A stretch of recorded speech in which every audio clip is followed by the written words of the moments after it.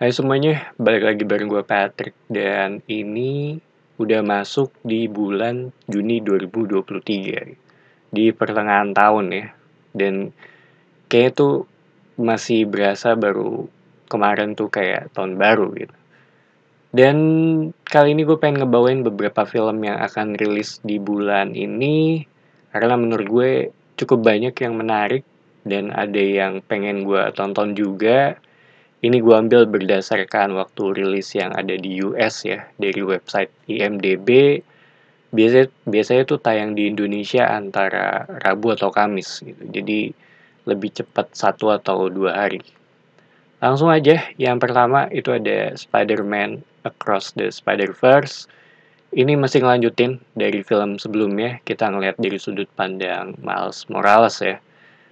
Banyak yang suka dengan film pertamanya, walaupun gue sendiri cenderung biasa aja sih dengan yang pertama, bukan jelek, tapi ya gue agak kurang suka dengan film animasi, jadi kemungkinan besar juga kayaknya mungkin gue akan skip film ini sih. Kalaupun nonton juga mungkin nggak di bioskop, cuma ya will sih bakal nonton atau enggak sih. Kayak ya, kemungkinan besar gue nggak nonton.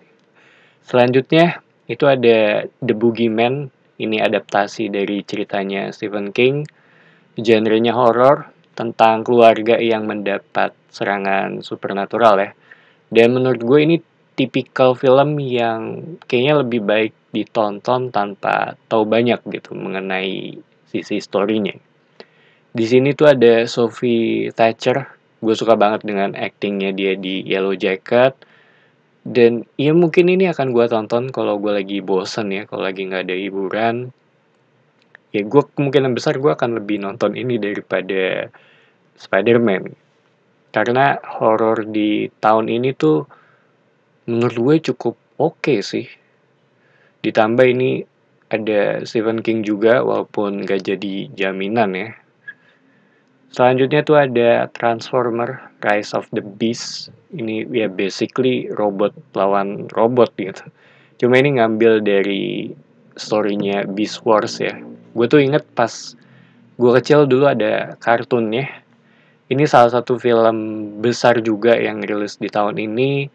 Dari sisi runtime juga hampir 2 jam. Ini yang menurut gue agak agak sedikit kaget sih. Karena gue expect-nya kurang lebih 2 jam lebih, antara 2 jam 15 menitan sampai 2 jam setengah.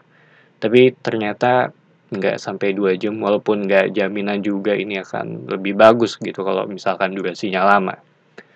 Dan ini juga kayaknya gue akan nonton versi 3D sih gitu, karena menurut gue ini lebih cocok dengan format itu ya. Gue juga nggak terlalu peduli ya soal cerita gitu, karena ya gue pengen nonton buat seru-seruan aja ngelihat sisi actionnya. Selanjutnya itu ada The Flash. Ini salah satu film yang gue tunggu bukan hanya di bulan ini aja, tapi juga di tahun ini gitu. Ekspektasi gue juga bisa dibilang tinggi ya. Mungkin lebih ke sisi Michael Keaton-nya sih kalau buat gue gitu, karena Batman Returns tuh masih jadi film Batman favorit gue per saat ini ya. Secara cerita juga tentang Barry Allen atau The Flash yang mencoba mengubah masa lalu tapi malah mengacaukan semuanya. Ini setahu gue juga ini ngambil dari ceritanya Flashpoint. Sebenarnya tuh gue nonton seriesnya The Flash-nya CW ya, yang ada Grant Gustin. Cuma belakangan tuh kayaknya dari season 7 ya kalau nggak salah, itu buat gue itu agak ngebosenin gitu. Dan film ini juga akan mereset DCU ya, walaupun gue sendiri juga sebenarnya suka dengan Ben Affleck sebagai Batman di sini gitu. Gue juga sebenarnya cukup masih penasaran sih dengan Batman-nya versi dia gitu, karena niat awalnya kan dia akan nge-direct Batman juga gitu. Dan ya, ini gue nggak tahu ini bakal ada format apa aja di Indonesia, cuma yang pasti gue mungkin antara nonton 3D atau nonton di entah itu Premier atau Gold Class sih, karena mungkin lebih nyaman di ini. Ya cuma kita lihat aja seperti apa nantinya dari sisi story-nya ya. Terus ada Indiana Jones and the Dial of Destiny. Ini masih ngelanjutin petualangannya Indy dengan artefaknya ya. Dan jujur aja kemarin tuh gue baru nonton Raiders of the Lost Ark, film pertamanya Indy, dengan tujuan ya gue pengen selesain semuanya biar bisa nonton ini di bioskop gitu.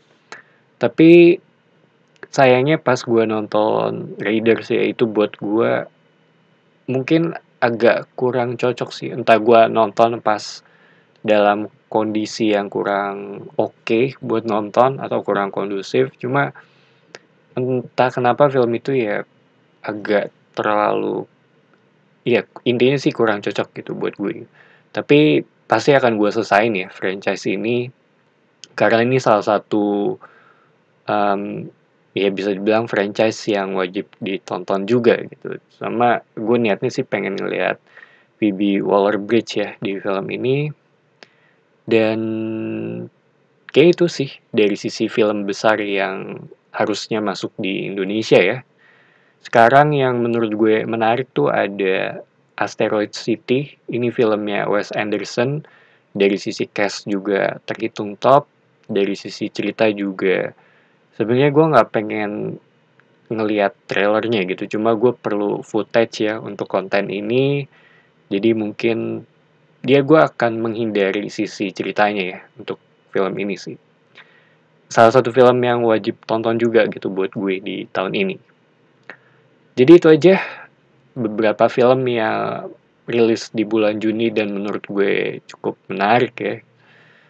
Dan hati-hati untuk spoiler, terutama film-film besar ya, terutama The Flash sih, karena menurut gue itu film, mungkin The Flash atau Spider-Man gitu, karena menurut gue itu film yang cukup cukup ya kayak cukup akan mengganggu ketika lu tahu apa yang terjadi di sana.